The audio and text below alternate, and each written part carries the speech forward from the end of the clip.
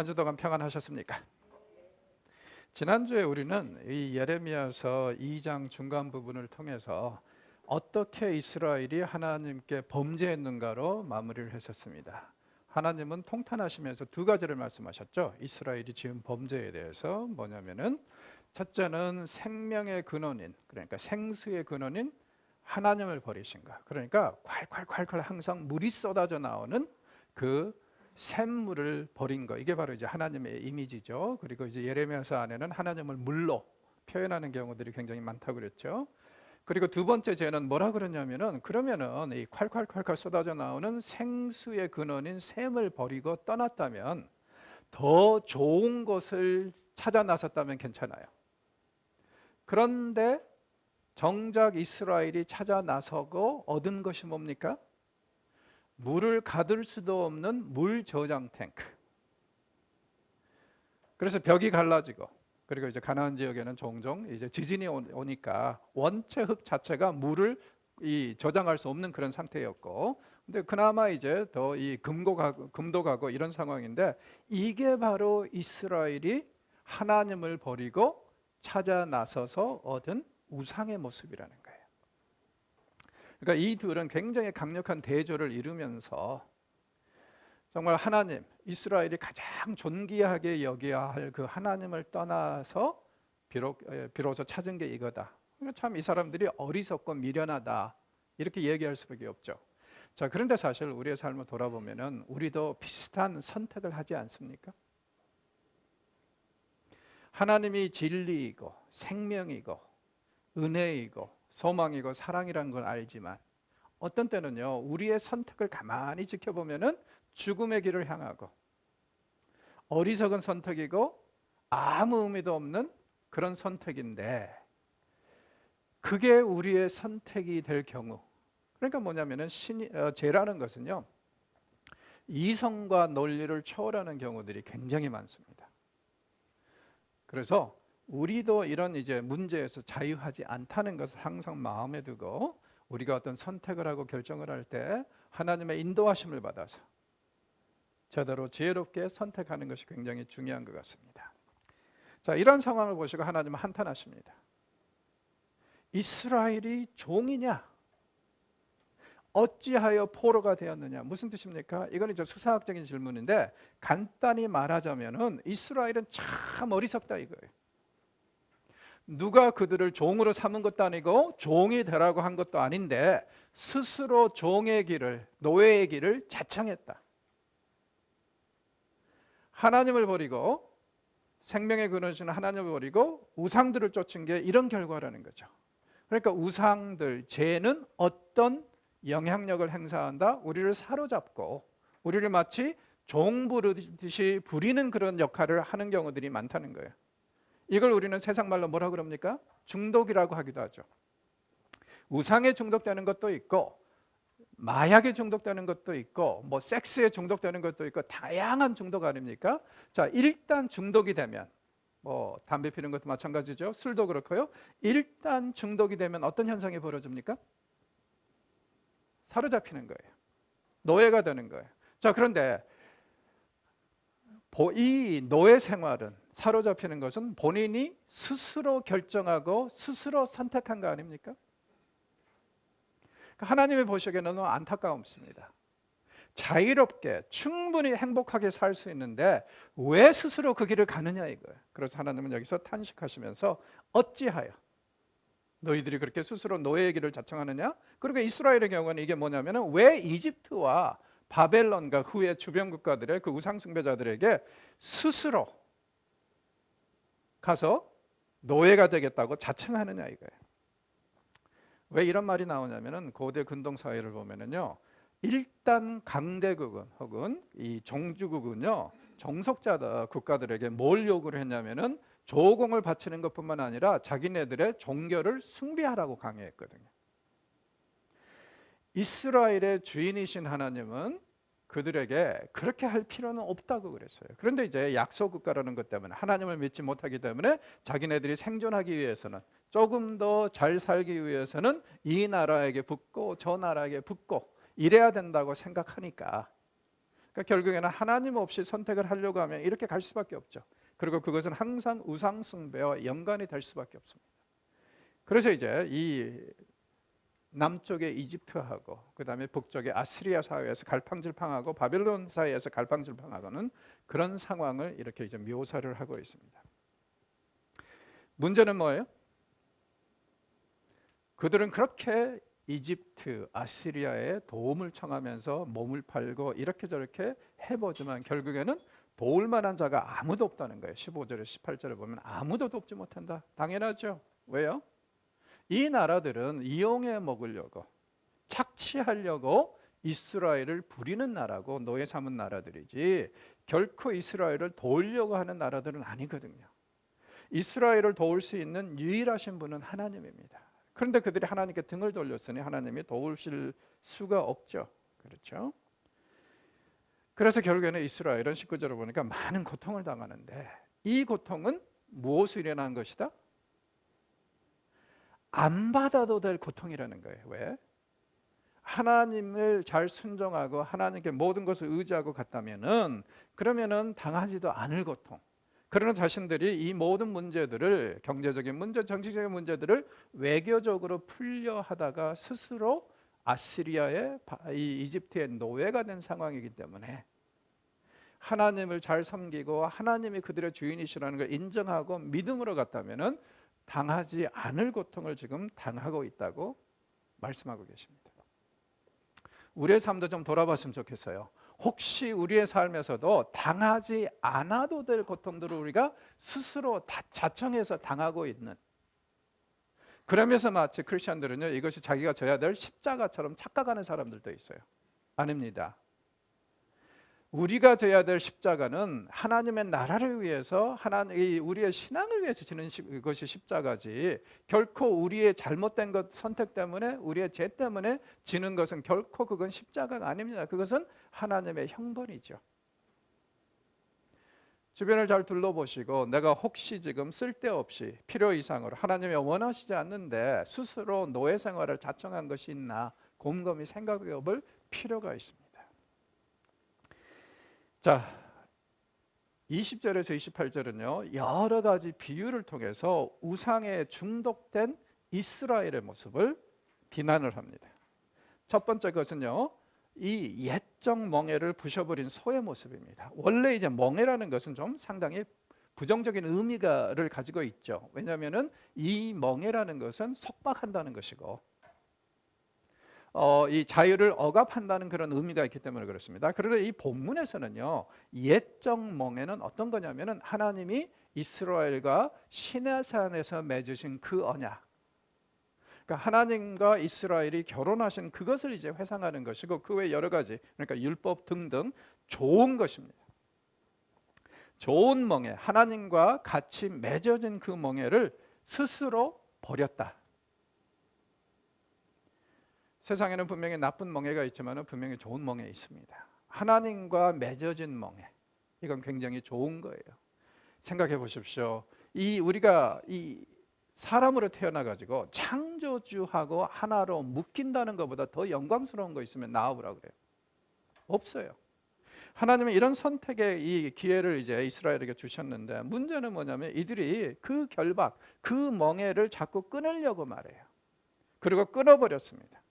그리고 단호하게 외칩니다. 나는 순종하지 아니하리라. 하나님과 맺어진 그 언약, 그 결박을 스스로 풀으면서 나는 더 이상 하나님하고 상관하지 않겠다. 나는 나 자유인의 길을 갖겠다. 그리고 떠났는데 문제는 뭐예요? 모든 결국에는 높은 산 위에와 모든 푸른 나무 아래에서 몸을 굽혀 행음하였다. 무슨 뜻입니까? 자, 성경에서 이 나라나 민족이 행음했다, 간음했다, 음란하다 항상 100% 우상숭배입니다. 이스라엘이 하나님과의 거룩한 관계, 멍에를 스스로 끊어버리고 찾아 나선 것이 결국에는 우상숭배라는 거예요. 자, 그러면 우상숭배가 왜 행음하고 음란하고 이런 것으로 이제 간음으로 묘사가 됩니까? 이스라엘이 시내산에서 하나님과 맺은 그 신의 선언약, 이걸 이제 간단히 말해서 우리는 뭐라 그런다고요? 결혼식이다. 하나님이 남편이 되시고 아내인 이스라엘을 맞이하신 것이 바로 시내산에서 모세를 통해서 주신 그 계약이에요. 그렇기 때문에 그 이후로 선지자들은 끊임없이 하나님과의 관계를 부부관계로 묘사하고, 그리고 이 여자가 조금이라도 우상숭배를 하면은 항상 행음했다, 음란하다, 간음했다, 이렇게 표현을 하는 겁니다. 자, 여기서도 이제 역시 문제는 뭐냐면은 하나님을 그렇게 버렸다면은 더 하나님보다 좋은 것을 찾아 나섰으면 그래도 좀 낫지 않습니까? 그런데 이 인간들은 어디를 갔어요? 산으로 가고 들로 갔어요. 이게 무슨 뜻인지 조금 더 이제 설명을 드릴게요. 게다가 이스라엘이 또 저지른 죄가 이런 겁니다. 하나님이 지금 좋은 순한 종자의 포도나무를 가져다가 딱 심었다는 거예요. 그런데 이게 어떻게 됐어요? 이방 포도나무의 악한 가지가 돼버렸다. 이건 이제 이사야서 5장에 나오는 포도원 비유를 너무 정확하게 잘 요약하고 있습니다. 그 비유에 의하면은 이렇게 얘기합니다. 선지자 이사야는요, 하나님이 세상에서 제일 종자의 포도나무를 구했어요. 그리고 제일 좋은 옥토를 골라가지고 거기에다 딱 심었습니다. 그리고 제일 좋은 농법으로 그 포도나무를 가꿨어요. 그러면은 당연히 기대할 수 있는 게 뭐죠? 제일 좋은 포도. 그래서 이제 이 농부는요, 그 이 포도원에다가 아예 술틀을 만들었어요. 이건 뭐냐면은 가나안 지역에 가시면 이제 대부분 알겠는데 이게 굉장히 산악지대입니다. 대부분 다. 그리고 이제 포도나무들도 이런 산악지대 사이사이에 계속 심겨다 보니까 돌이 굉장히 많아요. 그래서 이제 술틀이라는 것은 뭐냐면은 그 이 포도원의 한 구석에 뭐 나무나 이런 게 있으면은요, 홀을 파는 거예요. 그래서 거기에다가 포도를 집어넣고 질겅질겅 밟으면은 거기서 이제 즙이 나오겠죠. 그러면 이제 밑으로 고이게 또 만들어 놔가지고 그걸 가지고 술을 만든 겁니다. 그걸 술틀이라고 그러는데 이미 좋은 포도를 기대하고 술틀까지 만들어 놓으셨어요. 자, 그런데 이게 웬일입니까? 좋은 포도를 기대했는데 뭐가 나왔다고요? 우리 성경에는 들포도라고 그러죠. 저는 이거 마음에 들지 않습니다. 왜냐하면요, 우리말에 가장 정확한 번역이 하나 있어요. 머루. 자, 머루의 특징은 뭡니까? 농부의 모든 수고를 헛되이 돌리는 겁니다. 야생하고 자생하는 거니까. 자, 그래서 그렇게 농부가 신경을 써서 이렇게 잘 가꿨는데 결국에는 농부의 모든 수고를 허사로 돌리는 머루로 나오더라. 그러므로 거기서 하나님은, 농부이신 하나님은 탄식을 하죠. 이렇게 물어봅니다. 이스라엘에게, 온 천하에게, 내가 이 포도원을 위해서 더 이상 해줄 것이 무엇이냐? 이건 수사학적인 질문이죠. 더 이상 하실 수 있는 것이 있었어요? 없었어요? 없었죠. 다 해주셨으니까. 그런데도 들포도가 나왔어요. 그래서 이제 하나님은 뭐라고 그랬습니까? 이제부터는 100% 심판이다. 다 제거할 것이다. 자, 이 말씀은 그 이야기를 지금 요약을 하고 있습니다. 이스라엘이 원래 좋은 종자의 포도나무였는데, 귀한 포도나무였는데 어떻게 됐다고요? 이방 포도나무가 돼버렸고 악한 가지가 되어서 제대로 된 열매 맺지 못했다. 자, 이사야서도 그렇고 여기서도 강조하는 게 뭡니까? 제대로 된 열매가 아니고 악한 열매는 무엇을 뜻합니까? 첫째는 우상숭배. 그렇죠? 마음을 빼앗겨 버렸다는 거죠. 그 다음에 둘째는 뭡니까? 경건과 거룩과 정의와 공의가 없고 그 자리에 욕심이 있고 그 자리에 온갖 자기 이속을 챙기는 악한 것들이 있다는 것을 선지자들은 이렇게 나쁜 가지와 포도로 표현을 합니다. 자, 세 번째 비유는 이런 겁니다. 아무리 씻어도 지워지지 않는 얼룩. 자, 그러니까 이미지는 뭐냐면은 피가 묻은 옷이에요. 자, 피가 묻은 옷을 아무리 잿물로 씻고 많은 비누로 빨아봐도 어떻게 된다? 제약이 그대로 보인다. 피는요, 여간에서는 잘 안 지워지잖아요. 자, 그걸 여기서 강조를 하고 있는데 여기서 우리가 깨달아야 될 교훈은 이런 겁니다. 이사야는요, 지금 이 핏자국을 얘기를 할 때 무엇을 얘기하냐면은 사회에서 저지른 죄, 불의와 억울한 사람들의 눈에서 피눈물 나게 하고 이런 것들을 이제 지적을 하는데, 예레미야 같은 경우에는 종교적인 죄, 어떤 죄요? 우상 숭배로 인해서 자기 스스로를 부정하게 만든 죄. 왜 우상 숭배가 피와 연결이 되어 있죠? 자, 우상들도 당연히 짐승들의 제물을 받았기는 했어요. 짐승 제물을. 그런데 더 중요한 것은 이제 나중에 보겠지만은요, 그들은 자식들까지 죽이게 합니다. 그래서 우상 숭배는 이렇게 이제 최악의 경우에는 자기 옷에 자식의 피를 묻히게까지 한다는 거죠. 그래서 이제 결국에는 이렇게 됐다. 그래서 아무리 지워도 지워지지 않는다. 무슨 뜻입니까? 여러분, 죄는 우리가 결코 스스로 해결할 수 있는 문제는 아닙니다. 외부에서 처방이 와야 되고, 외부에서 이 쉽게 말해서 락스라고 그러나요? 완전히 그 핏자국을 지워줄 만한 뭐가 와야지 스스로 빤다고 해서 해결될 문제가 아니라는 거예요. 그래서 선지자들은 이런 이제 비유들을 통해서 계속 강조하는 게 뭐냐면은, 인간은 스스로 죄를 해결할 수 없기 때문에 언젠가는 주님이 스스로 해결해 주셔야 된다. 자, 예레미야서에서는 이 이미지가 어디서 확실하게 드러납니까? 31장에 보면은 새 언약. 그때가 되면 하나님이 조건 없이 자기 백성을 용서하시겠다 그래요. 그리고 그들하고 새로운 언약을 맺으시는데, 그 언약은 이제는 더 이상 돌에 쓰여지 않고 가슴에 쓰여졌다고 그러죠. 그래서 이제 그 언약의 시대, 아무런 조건 없이 하나님이 용서하시는 시대를 벌써부터 지금 예견하고 있습니다. 자, 그리고 이스라엘이 얼마나 지금 우상 숭배에 미쳐 있냐면은 하면서 통제가 불가능한 그 짐승들의 비유로 말씀을 하십니다. 자, 첫째는요, 이 망아지처럼 뛰어노는 어린 암낙타의 모습입니다. 낙타들은요, 진짜 어렸을 때는 통제하기가 어려워요. 예전에 제가 이 케냐에 강의하러 가가지고 낙타를 본 적이 있습니다. 그런데 이제 재밌는 게 뭐냐면은, 그 낙타의 그 이 주인이 뭘 하는 사람이냐면 사람들한테 이렇게 태워주고 돈을 받는 사람이에요. 그런데 이제 이 어미 낙타 옆에 뭐가 있었냐면은 작은 새끼 낙타가 있어요. 인턴으로 데리고 다닌다고 그랬어요. 그래서 엄마가 하는 일을 보고 배워라. 왜냐하면 나중에 얘도 써먹을 거예요. 그런데 문제는 뭐냐면은 입을 완전히 봉해놨어요. 먹지도 못하게 말도 못하게.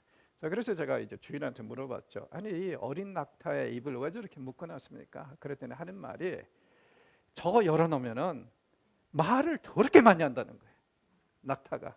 둘째는요, 까딱하면 사람들한테 침을 뱉는데. 그래서 이 꼭꼭 묶어놔야 된다는 거예요. 그러니까 이 쉽게 말해서 낙타들은, 어린 낙타들은 통제가 굉장히 어려운 짐승이라는 거예요. 자, 그래서 이제 그렇게 훈련을 시킨다고 그랬는데, 자, 여기서도 보십시오. 발이 빠른 암낙타. 쫙 사고 치고 다니는 그런 암낙타라고 얘기를 합니다. 그 다음에 두 번째 24절에 보면은 이미지가 뭡니까? 야생 암나귀, 들암나귀. 그러니까 나귀도 천방지축인데 그쵸, 어리고 절제를 못하는 그런 야생 암나귀. 이스라엘이 굉장히 그러니까 적극적으로 천방지축으로 아무리 하나님이 통제를 하려고 해도 지 마음대로 우상만 숭배하는 그런 삶을 살아왔다는 거예요. 그리고 이제 23절에 보면은 골짜기에 대한 얘기가 나오죠. 자, 이 골짜기는 흰놈 골짜기를 두고 하는 얘기입니다. 흰놈 골짜기가 어떤 골짜기인가? 예루살렘 성의 이 남서쪽에 위치한 계곡입니다. 근데 사람들은 여기에다가 예루살렘에서 발생하는 모든 쓰레기를 갖다 던졌어요.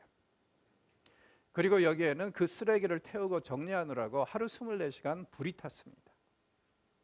그래서 이제 일부 신학자들은 뭐라고 얘기를 하냐면, 이 24시간 계속 쓰레기를 태우는 이 불이 신약에서 지옥의 불, 그것에 대한 영감을 줬다고 얘기하기도 해요. 자, 그걸 이제 우리는 게헤나라고 하는데, 여기에서 흰놈 골짜기에서 그게 이제 됐는데, 문제는 뭐냐면요, 여기에서 쓰레기만 태운 게 아니라 뭘 태웠냐면 아이들을 태웠어요. 자, 흰놈 골짜기는 무엇으로 유명하냐면은 뭐 이 몰렉이나 밀감, 성경에 보면은 그모스라고 하기도 하고 몰렉이라고 하기도 하고 밀곰이라고 하기도 하고 말곰이라고 하는데 다 같은 신인데 문화권이 다를 때 이름이 좀 다릅니다. 이 신의 특징은 뭐냐면요, 인간 번제, 특히 어린 아이들을 번제로 드리는 것을 대개 선호하고 가장 귀한 번제라고 생각을 했어요. 자, 그러다 보니까 우상 숭배에 빠진 사람들은요, 심지어는 자기 자식들까지 우상에게 바치는 일이 벌어집니다. 성경에도 이런 경우들이 종종 나오는데, 심지어는요, 유다의 왕 아하스도 그랬고 므낫세도 자기 자식들을 이 흰놈 골짜기에서 우상에게 번제로 바친 인간들입니다. 그래서 골짜기라고 할 때는 그런 아주 굉장히 정말 아주 뭐라 그럴까요? 비참하고 인간이 타락하면 이렇게까지 타락하고 그 다음에 종교가 썩어 빠지면 이렇게까지 썩어 빠지는구나, 이것을 단면적으로 보여줄 수 있는 그런 공간인데, 그 골짜기 가보라 이거예요. 너희들이 왕래하던 그 골짜기. 왜? 거기 가면은 너희들이 자식들을 이 우상들에게 바친 그런 흔적들이 있지 않느냐. 그럼에도 불구하고 너희들이 그렇게 뻔뻔하게 굴 수 있느냐, 그런 말씀입니다. 자, 이스라엘은요, 그러면은 하나님께서 뭐 이렇게 이스라엘이 범죄했을 때 가만히 있었습니까? 그건 아니죠. 그렇게 된다면 하나님도 어떻게 보면 직무유기의 책임이 좀 있다고 말할 수 있으니까 하나님은 분명히 하실 만큼 하셨습니다. 계속 권면하고 계속 귀를 막고 그랬는데, 그러나 그들은 스스로 하나님의 그 권면과 경고와 온갖 것을 버리고 제 발을 제어하여 발은 벗은 발이 되지 말게 하라고 했는데도 그렇게 벗고 다녔고, 목을 가라게 하지 말라고 했는데도 가랬다. 무슨 뜻이냐면요, 정말 말 그대로 그런 말 하죠. 우리가 종교에서 더럽게 말을 안 들어. 이 이스라엘은 정말 말 그대로 하나님의 말만 골라서 안 듣는 인간들, 그런 사람들이 돼버렸다는 거예요. 그러니까 하나님은 충분히 하셨는데도 이들은 계속 우상을 숭배하고 이방신들을 사랑했다. 자, 여기에서 여러분들은 하나님의 신음소리를 들으셔야 됩니다. 배신당한 하나님이 이 말씀을 하실 때 마음이 얼마나 쓰릴까요? 그렇죠? 내가 그렇게 너희를 사랑했건만 너희들은 나를 버리고 이방신들을 사랑했다. 그리고 그들을 따라갔다. 자, 문제는 뭡니까? 이게 단순히 소수 계열 사람들의 문제입니까? 아닙니다. 26절에 보면은요, 네 가지 지도자 유형을 얘기를 하죠. 왕, 지도자, 제사장, 선지자. 무슨 뜻입니까? 둘은, 왕과 지도자는요, 사회적인 지도자들이에요. 그 다음에 제사장, 선지자는 종교적인 지도자들이죠. 그리고 4라는 숫자는 총체성을 상징하죠. 구약에서. 자, 결국에는 온갖 지도층, 사회적인 지도층, 종교적인 지도층도 다 썩었을 뿐만 아니라 그들이 선두주자가 돼서 우상을 숭배했다는 거예요. 자, 그럼 백성들에게는 죄가 없습니까? 아니요. 26절 중반부에 보면은 그들의 왕들과 그들의 하면서 그들을 강조하죠. 백성들이나 지도자들이나 한 통속이다. 즉 다시 말해서 남녀노소 가릴 것 없이 다 우상 숭배자들로 변질이 됐다. 어느 정도로 변질이 됐는지 이제 나중에 보면은 예레미야에게 뭐라고 그러시냐면은 한 사람의 의인만 찾아도 내가 이 도성을 심판하지 않으시겠다 그래요.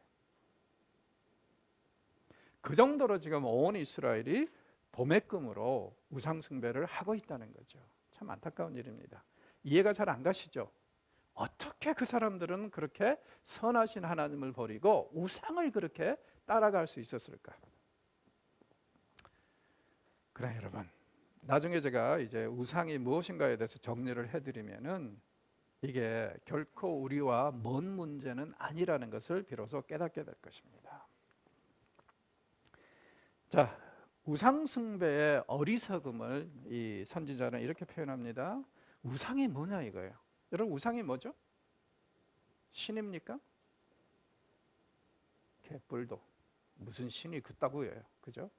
우상은 뭐냐면은 돌덩어리하고 나무 덩어리라는 거예요.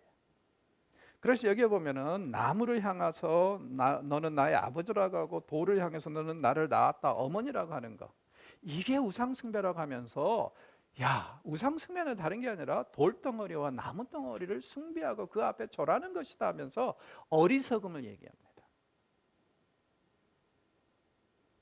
자, 왜 그러면은 사람들이 우상을 그렇게 선호할까요? 제가 볼 때는 유대고 기독교가 우리에게 요구하는 것이 너무 가혹하고 어려운 게 하나 있어요. 뭐냐면은 여호와 하나님은 우리 눈에 안 보이시는 영이라고 그러죠. 영이신 하나님을 섬기는 것이 쉽습니까? 절대 아니에요. 왜냐하면은 사람은 눈에 보이는 것, 가시적인 것을 좋아합니다. 그걸 볼 때 위로를 받고 그걸 볼 때 안정을 찾거든요. 그래서 이제 사실 생각해 보면 왜 하나님을 섬기기가 그렇게 어려웠었냐면은 눈에 보이지 않는 하나님을 섬기라고 하니 이건 미칠 것 같잖아요.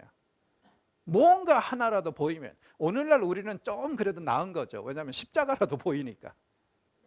그러나 여러분, 십자가가 여러분이 이렇게 어떻게 보면은 신앙으로 일어서는 이 받침대가 된다면 그것도 문제예요.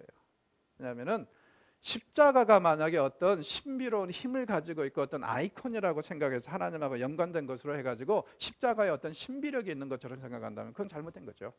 그래서 이제 서양에서 요즘에는 추세가 뭐냐면은 교회를 지을 때 아예 십자가를 없앱니다. 왜? 십자가도 잘못하면은 우상이 될 수 있다는 거예요. 충분히 이해가 갑니다. 그렇죠? 보이지 않는 하나님을 섬긴다는 것은 참 어려운 일이에요. 왜? 생각해 보세요. 좋은 그림 하나 보고 사진 하나 보고 어떤 때는 위로받지 않습니까? 그 사진으로 해서 기뻐하지 않아요? 그러니 아무것도 보이지 않는 하나님을 섬기라고 하면은 참 힘들죠. 하나님이 나는 이렇게 생겼다고 한마디만 하시고 혹은 뭐 한 사진만 보여주셨어도 얼마나 그걸 우리가 가슴에 안고 그 다음에 뭐 집에다 붙여놓고 하면서 얼마나 좀 위로를 받을 것 같아요. 그렇죠?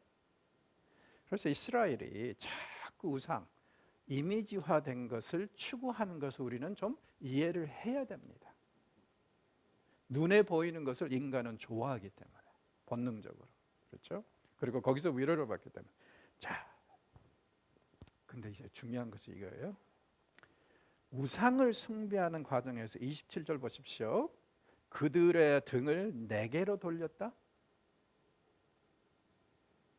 이게 제가 볼 때는 이 섹션의 가장 중요한 것이고 그 다음에 선지자들이 계속 외치는 것입니다.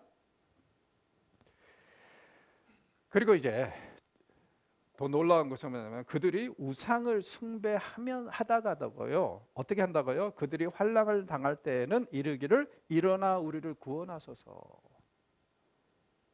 어떤 상황입니까? 이미지가 이런 겁니다. 이쪽에 우상이 있다면 우상을 향해서 막 이렇게 숭배하고 있어요. 그쪽을 향해서요. 하나님의 등 뒤에 계세요. 그런데 정작 어려움이 오고 환난이 오면 어때요? 고개를 살짝 돌리면서 도와주실 거죠?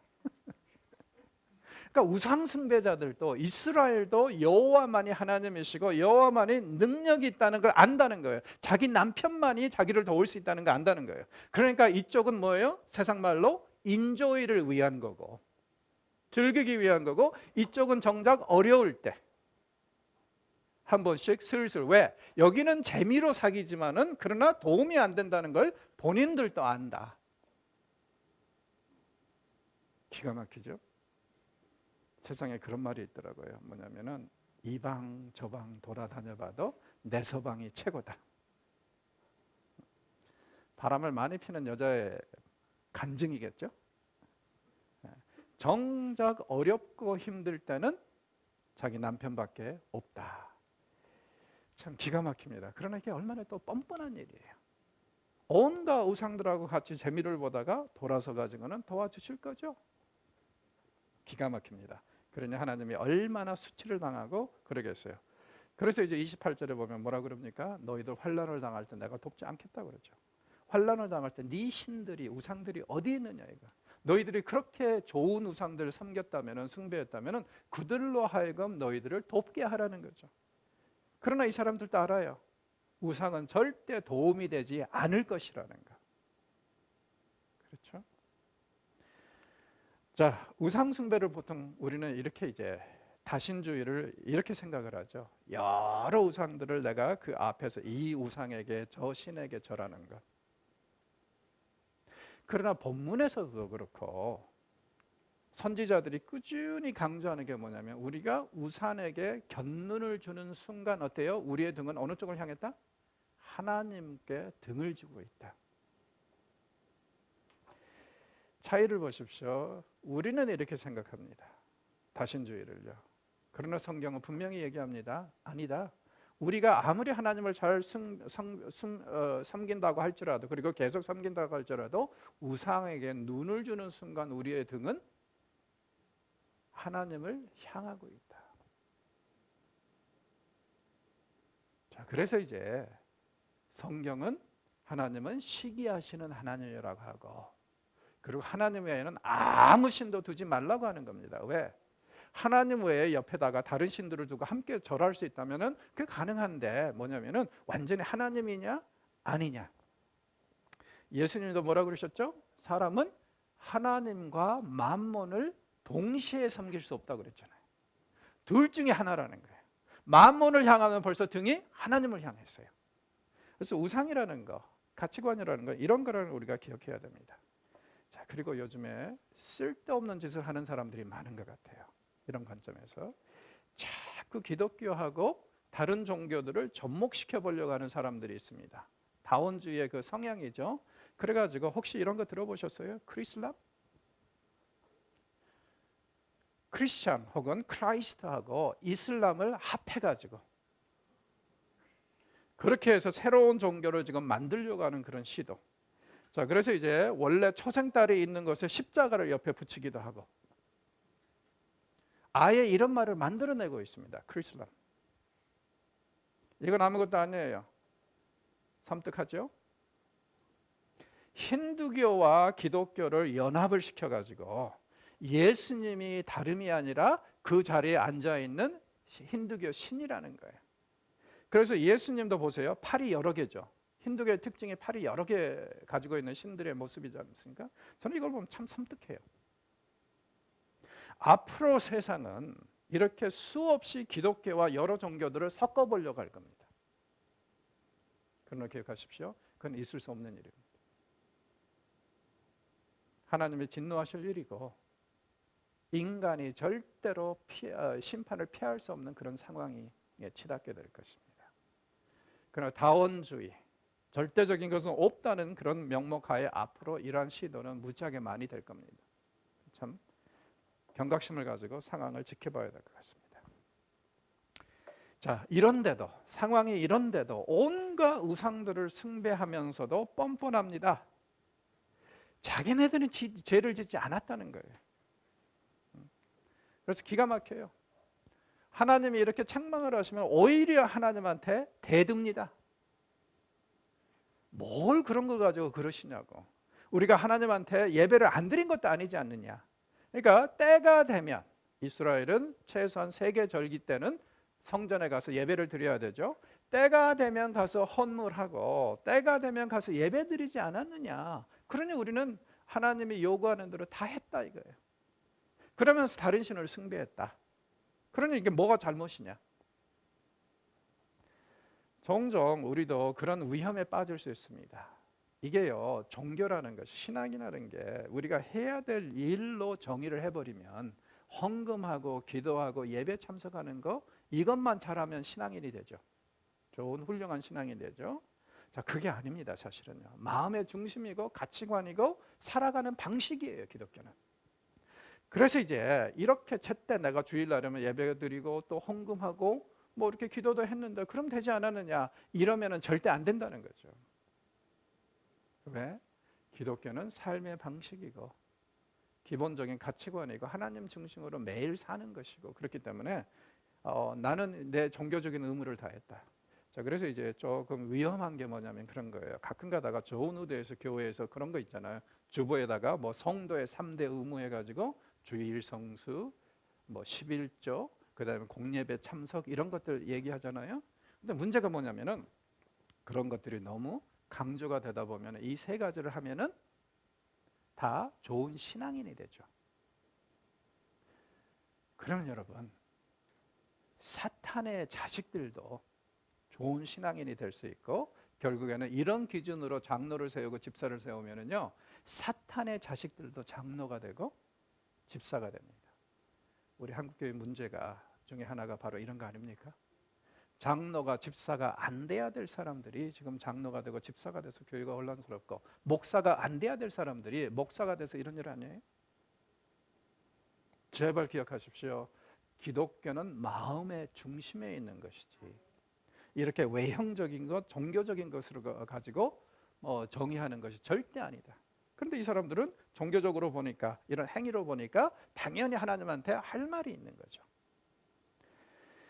자, 그러므로 이제 하나님이 이런 상황을 보시고 30절 뭐라고 그러십니까? 나의 징계는 다 쓸모가 없구나. 왜요? 받아들이지를 않으니까. 이건 영적인 교만이죠. 사실은요, 영적으로 겸손하고 하나님의 가까이 와 있는 사람들은요, 하나님이 뭐라고 책망하시면 왜 그렇게 하시는지 먼저 고민을 해볼 거예요. 항상 그렇습니다. 그런데 꼭 교만한 자들이 왜 그런 거 가지고 그러냐고 대들고 그렇죠, 사실은. 자, 이럴 때는요, 아무리 권면을 하고 징계를 해봤자 소용이 있어요, 없어요? 없어요. 오히려 관계만 나빠집니다. 그래서 성경은 뭐라 그럽니까? 때가 악할 때는, 사람들이 이런 말을 듣지 않을 때는 차라리 잠잠하라고 그러죠. 왜? 아무리 얘기를 해봤자 안 통하니까.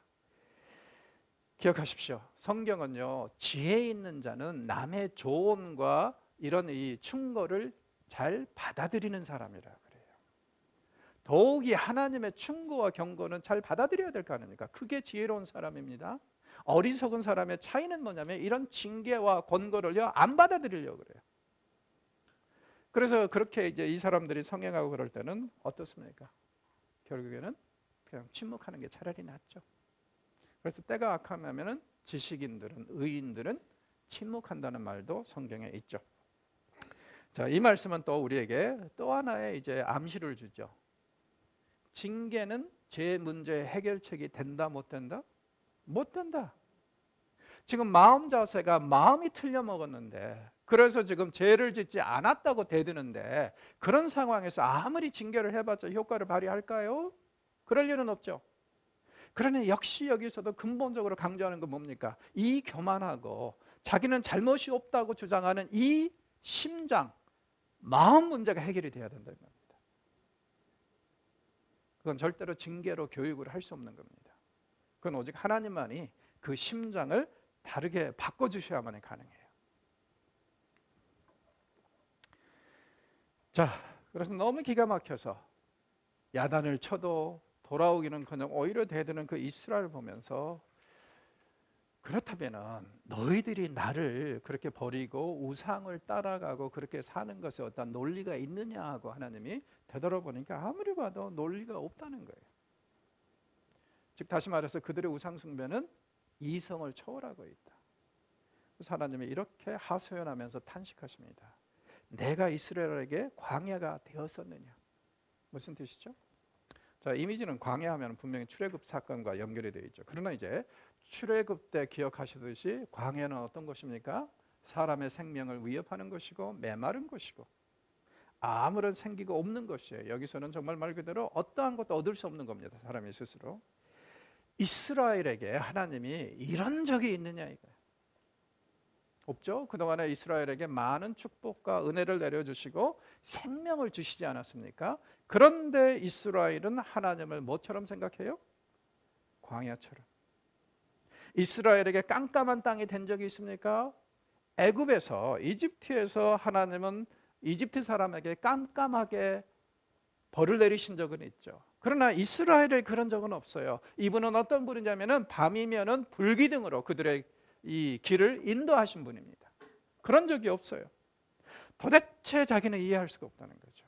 내가 출애굽 때 얼마나 정말 좋은 것들로 너희들을 채웠는데 어찌하여 나더러 광야라고 하고 어찌하여 나를 깜깜한 땅처럼 취급해가지고 뭐 빛을 찾아서 나선다고 뭐 생명을 찾아서 나선다고 그런 짓을 하느냐 이거예요. 그리고 이스라엘이 하나님을 잊은 것은 뭐와 같다? 32절에 보면 두 가지 비유를 하죠. 처녀가 어찌 그 폐물을 잊겠느냐. 다 그런 건 아니지만 여자들은 보석을 좋아하죠. 다이아몬드 5캐럿짜리가 하나 있다고 합시다. 그거 차고 나오시든지 집에 두든지 절대 잊지 않죠. 왜? 자기 재산 넘버 원 아니에요. 그래서 혹시 집에다 두고 올 경우에는 어때요? 잘 숨겨서 도둑이 못 가져가도록 아주 최대한 조치를 다 취하고 나올 거예요. 보석은 그런 겁니다. 정말 귀하게 여긴다면요, 그걸 정말 절대 한순간도 잊을 수 없는 게 보석 아니에요? 자, 그 다음에 또 두 번째 비유를 보십시오. 신부가 어찌 그 예복을 입겠느냐? 이거 뭐냐면은 결혼식에 자기가 입을 웨딩 드레스를 신부가 잊을 수 있을까요? 만약에 그렇다면 그 여자는 결혼할 자격이 없죠. 그렇죠? 이 웨딩 드레스를 입는 순간을 얼마나 학수고대하고 얼마나 이렇게 애지중지 이 웨딩 드레스를 준비했겠어요. 이건 당연한 거예요. 그런데 이스라엘은 하나님을 버렸습니다. 기가 막히죠. 내 백성은 나를 잊었다. 하나님은 이스라엘에게 그 어떤 보석보다도 귀하신 분입니다. 하나님은 이스라엘에게 그 어떤 웨딩 드레스보다도 더 귀하신 옷이에요. 그런데 이스라엘은요, 절대로 상식적으로 여자가 하지 않는 짓, 보석을 잃어버리는 것, 신부가 하지 않는 짓, 웨딩 드레스를 잊지 않는 것, 이런 것들이 상식적인데 그 상식을 초월해서 상식을 무시하고 하나님을 버렸다는 거예요. 도저히 믿을 수 없는 일이 벌어졌다. 여러분, 여기서 우리는 다시 한번 하나님의 상처받은, 버림받은 하나님의 신음소리를 들으셔야 합니다. 나는 이스라엘에게 보석만도 못하고 웨딩드레스만도 못하다. 참 안타까운 상황입니다. 자, 그럼에도 불구하고 이스라엘은 뻔뻔합니다. 네가 어찌하여 사랑을 얻으려고 내 행위를 아름답게 꾸미느냐. 무슨 뜻이에요? 이렇게 남편이 상처를 받고 신음하면서 어찌 당신 그럴 수 있냐 하고 탄식을 해도 어떻습니까? 정부를, 이 자기가 좋아하는 딴 남자를 만나기 위해서 온갖 치장을 하고 집을 나서는 그런 여인의 모습입니다. 그러니 아내가 바람이 나가지고 이렇게 집을 나갈 때 그 남자를 호리기 위해서 온갖 치장을 하고 향수까지 다 쓰고 평소 때는 남편한테는 전혀 그런 거 안 하더니 그렇게 나가는 모습을 보면 남편은 어떤 생각을 할까요? 기가 막히죠? 저는 우리 자매들이 가끔 가다가 남편들을 좀 홀렸으면 좋겠어요. 그래서 예쁜 옷도 입으시고 향수도 뭐 좋은 것도 바르시고 그래가지고 남편한테 좀 그랬으면 좋겠어. 근데 남편한테는 그냥 전혀 그렇게 하지 않으면서 밖에 나가서 딴 사는 남자들한테 뭐 이 호감을 받기 위해서 이렇다는 것은 뭔가 좀 잘못된 부분들이 있는 것 같아요. 그렇죠? 그런데 지금 이스라엘이 그렇게 하고 있다는 거예요. 더 기가 막힌 건 뭐예요? 그들이 정말 예쁘게 차려입고 나가는데 정작 어때요? 34절에 보니까 그들의 옷에는 가난한 자를 죽인 피가 묻었다. 억울하게 죽은 사람들의 피가 묻었다. 물론 이것은 이제 사회적인 부조리를, 너희들이 어찌하여 죄 없는 사람들의 피를 흘리느냐 이런 의미에서 해석이 될 수도 있겠지만은 또 한 가지는 뭐라고요? 우상 숭배는 무엇하고 연관이 되어 있다? 사람을 죽이는 거하고 실제적으로 제물로 바치는 거하고, 그래서 그렇게 해석될 수도 있는 가능성이 있습니다. 자, 그래놓고도 지금 그들의 옷은 뭐예요? 지금 완전히 이 사람들이 우상을 숭배했고 온갖 불의를 저질렀다는 거 핏자국들이 얘기를 해줍니다. 그런데도 뻔뻔해요. 35절에 뭐라 그럽니까? 나는 무지하다. 자, 여러분 혹시 그 맥베스라는 그 이 셰익스피어의 그 플레이를 보신 적이 있어요? 거기에 보면은 맥베스가 자기 큰아버지를 죽이고 왕이 됐잖아요. 그리고 나서는 어때요? 혼자 몽롱하게 꿈을 꾸면서, 그러니까 몽환 환자라고 그러나요? 꿈 속에서 막 걸어다니고 그러는 사람들, 그런 모습으로 딱 나타나가지고 자기 손을 보면서 뭐라고요? 피. 선왕을 억울하게 죽인 피. 그러니까 이 사람은 그래도 조금이라도 양심의 가책을 느끼는 사람 아닙니까? 그럴 때는 소망이 있어요. 자기의 죄를 깨닫고 회개한다면, 이게 문제가 된다는 것을 의식한다면 그래도 소망은 있습니다. 그런데 지금 이스라엘처럼요, 뻔뻔하게 나는 잘못한 거 없다 이렇게 나오면은 하나님이 용서해 주실 수 있는 가능성도 없지 않습니까? 스스로 몰락하는 겁니다.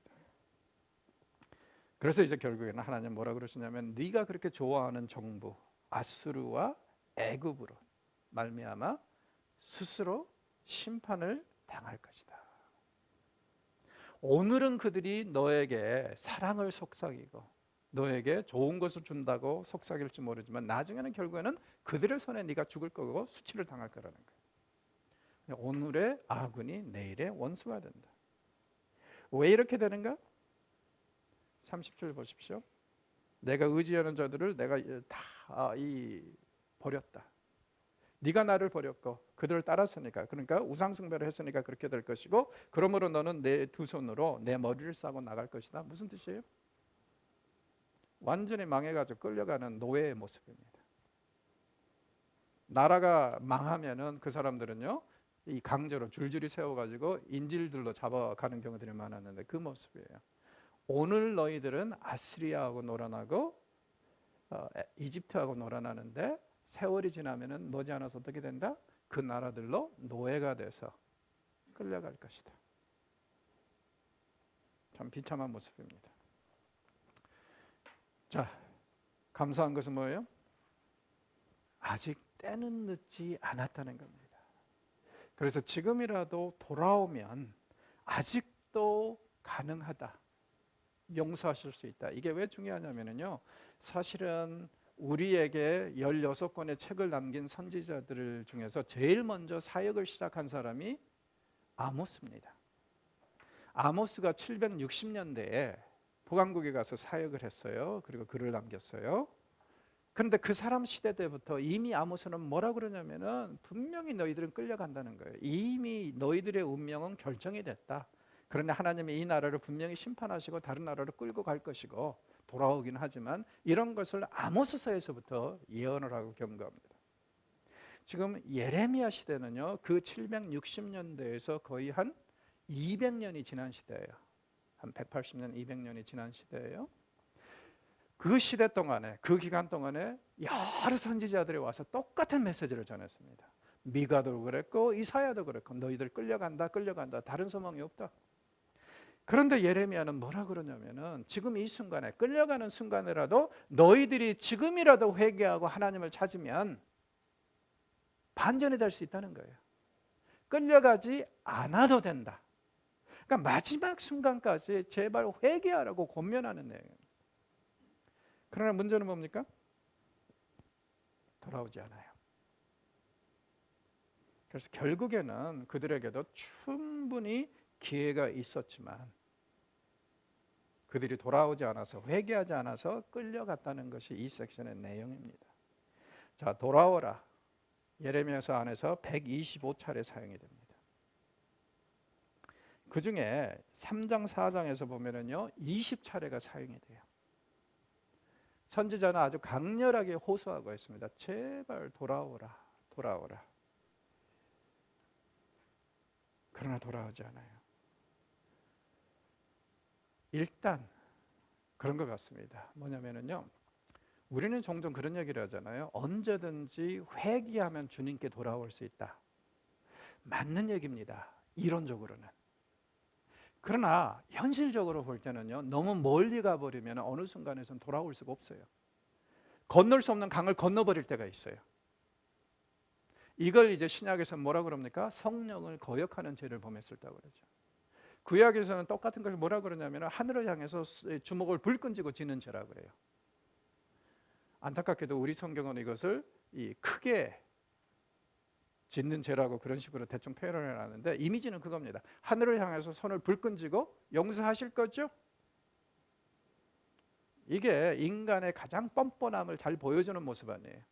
처음에 죄를 지었으니 용서해 주십시오, 용서해. 그러다가 어느 순간에는요, 용서가 너무 당연시 여겨져 가지고 하나님이 이번에도 용서 안 하면 나 가만히 안 둡니다. 이 정도 돼버리면 이제는 더 이상 하나님이 용서할 수 없는 거 아닙니까? 그렇죠? 그런 상황이 전개가 되고 있습니다. 그래서 돌아올 수가 없어요, 이런 상황에서는. 그러니까 우리도 항상 기억해야 됩니다. 회개하는 것도 분명히 때가 있고 분명히 기회가 되는데, 그걸 놓치고 계속 죄를 짓다면 어느 순간에는요, 너무 멀리 가가지고 돌아올 수 없다는 거. 제가 어렸을 때 그런 생각을 참 많이 했었어요. 교회를 다니면서 이 교회 다니는 게 재미도 없고 그러는데 세상을 향해서 갈까? 그러다가 실컷 세상에서 놀다가 죽기 5분 전에 회개하고 천국 갈까? 여러분들도 아마 그런 상상의 나래를 펴신 적이 있죠. 착하신 분들은 안 그랬겠는데 저 같은 사람은 그랬었어요. 자, 그래서 이제 그런 나래를 폈는데 곰곰이 생각해 보니까 두 가지가 걸리더라고요. 첫째는 뭐냐면은 죽기 5분 전을 어떻게 알죠?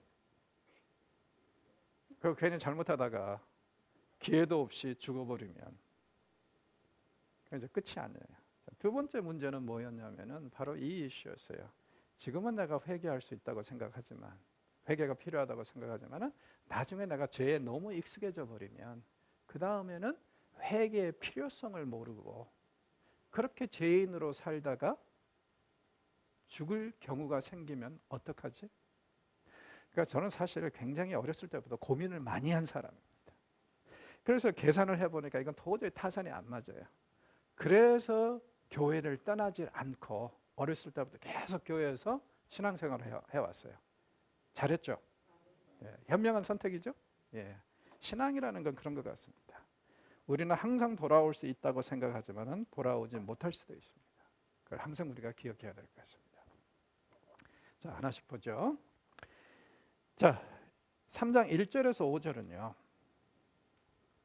뭘 얘기를 하냐면은 이 이스라엘이, 유다가 어떻게 하나님을 버리고 딴 남자들을 찾아갔는가. 역시 그러니까 무엇을 얘기를 하고 있어요? 우상숭배. 그래서 온갖 우상숭배를 행했는데 어디서 합니까? 헐벗은 산을 보라, 내가 행음하지 않은 것이 어디 있느냐? 그렇죠? 너는 음행과 행악으로 이 땅을 완전히 더럽혔도다. 이 전국 방방곡곡이 다 우상천지라는 거예요. 그래서 이제 하나님 어떻게 하셨어요? 그들의 우상에 문제가 있다는 것, 절대로 그들이 우상을 통해서 얻으려고 하는 것을 주지 않으시겠다고 하면서 단비를 그치셨습니다. 3절에 보면요. 무슨 뜻이죠? 건기와 우기가 뚜렷한 가나안 지역에서 제일 중요한 것은 비입니다. 이 사람들이 자꾸 바알을 숭배한 이유는 뭐냐면은 바알이 비를 준다고 믿었어요. 그래서 바알이나 아세라는 한결같이 다산의 신인데, 풍요의 신인데, 이 신들이 비를 주고 비를 줘야만이 곡식이 자랄 수 있고 하니까 이 신들이 풍요를 준다고 해가지고 숭배한 거예요. 자, 그러면 이제 하나님의 방법, 그들이 우상을 숭배하는 것이 잘못됐다는 것을 보여주기 위해서 딱 한 가지 하시면 되죠. 비를 그치면 돼요. 그래서 비를 그쳐봤습니다. 돌아옵니까? 안 돌아옵니까? 안 돌아와요. 죄라는 건 그런 겁니다. 하나님이 하실 만큼 하셨다는 거예요. 그러나 돌아오지 않아요. 물론 이제 4, 5절에 보면은 그들이 돌아오는 것 같기는 해요. 내가 이제부터는 내게 부르짖기를 나의 아버지여, 아버지는 나의 청년 시절의 보호자이시오니 노여움을 한없이 계속 하시겠으며 끝까지 품으시겠나이까 하지 아니하겠느냐. 그러나 문제는 뭐예요? 이건 형식적인 거고 이빨린 소리지 마음속으로 회개하고 돌아오는 일은 아닙니다. 그래서 계속 돌아오라는 외침이 계속돼요. 그러니까 여러분 여기서 우리가 배워야 될 건 뭐냐면은 회개와 근신에도 분명히 다 같은 게 아니라 차이가 있다는 게 정도가. 립 서비스는 절대 하나님의 마음을 움직이지 못한다. 그리고 그것이 정말 막 입으로만 하는 회개는요 하나님을 절대 마음을 움직이지 못한다는 거예요.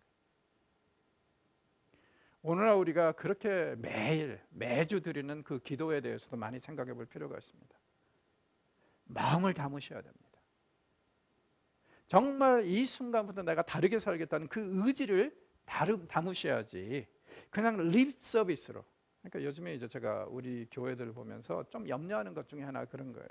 많은 교회에서 요즘에 보면은 주일날요 예배 시작하기 전에 일주일 동안 저지른 죄를 고백하시오 해가지고 고백하라 그러고 뭐 이 백그라운드 음악도 좀 틀어주고 그 다음에 끝에 가서 뭐라 그래요? 오늘 당신들이 저지른 죄는 고백한 죄는 다 용서받았습니다 하고 예배를 시작합니다. 문제는 뭐냐면은 이게 온전히 마음을 실어서 그리고 우리가 삶을 바꾸겠다는 그 의도에서 그걸 하지 않고 입버릇처럼 한다면 여러분 아무 의미 없다는 거예요. 그러니 그렇게 하신다면은 여러분의 교회에서 계속 가르쳐야 됩니다. 우리가 비록 이렇게 공개적으로 같이 고백하지만은 그러나 더 중요한 것은 마음의 고백이고 마음의 할례니까 제발 우리가 마음을 담아서 우리 삶을 변화시키겠다는 그런 자세로 회개하고 죄를 고백합시다. 그걸 가르치셔야 돼요. 그렇지 않으면 이것이 또 하나의 립 서비스가 돼서 이 사람들이 저지른 죄를 그대로 저지를 수 있기 때문에 그렇습니다. 자, 산당의 모습입니다. 북쪽에 비가 그래도 많이 오고 산이 있는 많은 그 단 지역에서 발굴이 된 산당인데요, 제단인데요. 여기는 그래도 규모가 있고 괜찮죠. 이런 데서는 어떻게 분위기도 좀 조성이 될 수 있을 것 같아요.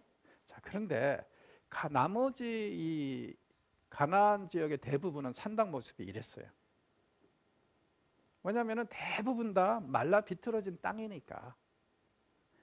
우리나라의 산당 그러니까 이렇게 생각하시면 좋을 것 같아요. 옛날 우리 선조들이 빌고 빌었던 선앙당 정도로 곳곳에 있었죠. 예. 그런 정도로 해서 이제 이 산당이 수십 개, 수백 개가 있었다. 그리고 이스라엘은 여기 가서 끊임없이 우상을 숭배했다. 왜 산당이 편했을까요? 아무 때나 갈 수 있잖아요. 주변에 있잖아요. 편리하잖아요. 그러니 산당에서 예배 드리는 것이 훨씬 더 편하고 좋으니까 아무 때라도 갈 수 있고 근처에 있으니까. 반면에 여러분들이 예를 들어서 이제 100km 정도 떨어진 예루살렘에서 떨어진 곳에 산다면은 성전을 한 번씩 가려면은요 왔다 갔다 하는데 일주일 걸립니다. 그러면은 생각해 보세요. 시간도 그렇지만 왔다 갔다 하면서 경비도 들죠. 쉽지 않아요. 그러니 이스라엘 사람들이 산당을 제거하는 것이 결코 쉽지는 않았지만 그런 하나님이 요구하시는 게 그거니까 했어야 되는데 그렇게 하지 못해서 결국에는 그들이 스스로 걸려 넘어지는 꼴이 나는 겁니다. 자, 오늘은 여기서 마무리하겠습니다. 고맙습니다. 자, 쉬십시오.